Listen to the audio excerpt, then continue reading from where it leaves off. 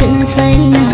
Ilimi ya yi farin jini ya sakin wala, nutsuwa dubi cikin Khadija ba ta wahala. Ga mukamai Allah ya baki dole ki wala, ga farin hali gun Hadiza ba ta hasala. Jinin sadakai Allah ya baki ba wata kila, mai adon birni ce Khadija na kala da kala. Kwalliya ne miki kyau Hadiza baiwar Allah, wai ina mata sai ku bi ta ya ta sarauta. Yar gidan girma ai Hadiza ta cancanta, yar gidan girma ce Khadija in kun ganta. Ai tana burgewa Hadiza sa kayanta, ku tafa wa Hadiza gimbiyar mata.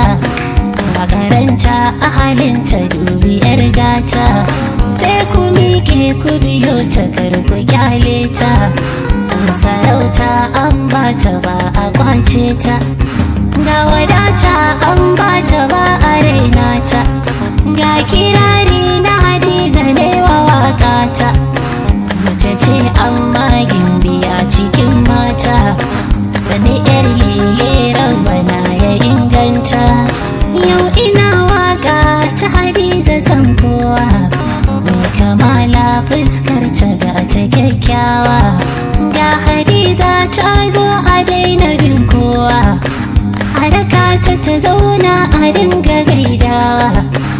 Hadiza gimbiya Hadiza na Hadiza, ya Hadiza sarauniya Hadiza na Khadija. Khadija ga gimbiya Khadija na Hadiza, masu fifita sannu ku